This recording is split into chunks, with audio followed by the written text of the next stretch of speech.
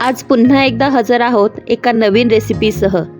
नमस्कार, मी प्रियंका, स्वागत आहे तुमचे आपला किचन कट्टामध्ये। मित्रांनो, आज आपण अतिशय साध्या, सरळ आणि सोप्या पद्धतीने बिर्याणी मसाला कसा बनवायचा हे पाहणार आहोत। मागे मी एकदा बिर्याणी तयार केली होती, त्यावेळी याच मसाल्याचा वापर मी केलेला होता आणि बऱ्याच जणांनी मला कमेंटमध्ये बिर्याणी मसाला द्या म्हणून सांगितले होते।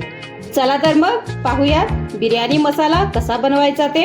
इथे आपण काही गरम मसाले घेतलेले आहेत। 2 चमचे हिरवी वेलची, 2 चमचे काळी मिरी, 2 चमचे लवंगा, 1 ते 1.5 चमचा दालचिनी, 5 ते 6 मोठी वेलची, 1 चमचा जायपत्री।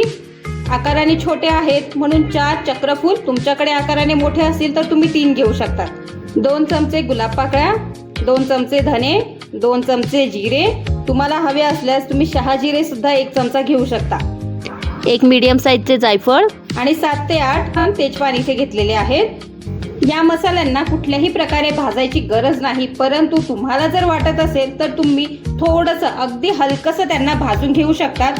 हे सर्व मसाले आपण मिक्सरच्या भांड्यात घेणार आहोत।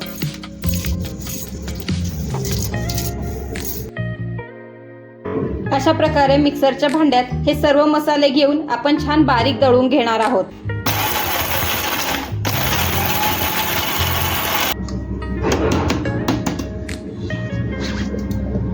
वाह, अतिशय सुंदर आणि खमंग असा वास येतोय।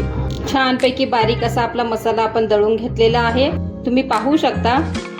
या मसाल्याचा वापर करून तुम्ही veg biryani, chicken biryani, mutton biryani, fish biryani, paneer biryani, कुठल्याही प्रकारची बिर्याणी बनवू शकता। अतिशय सुंदर आणि खमंग वास तुमच्या बिर्याणीला येणार, त्यामुळे मसाला तयार करत असताना गुलाब पाकळ्या अजिबात स्किप करू नका।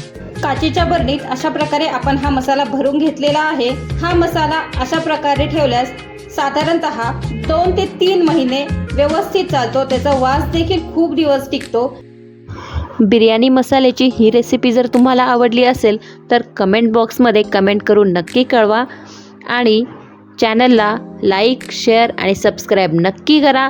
बेल आयकन दाबायला विसरू नका, जेणेकरून माझ्या पुढच्या व्हिडिओचे नोटिफिकेशन तुम्हाला मिळेल। भेटूयात आता आपल्या पुढच्या रेसिपीमध्ये। तोपर्यंत नवीन नवीन पदार्थ बनवत राहा आणि खात राहा। थँक्यू।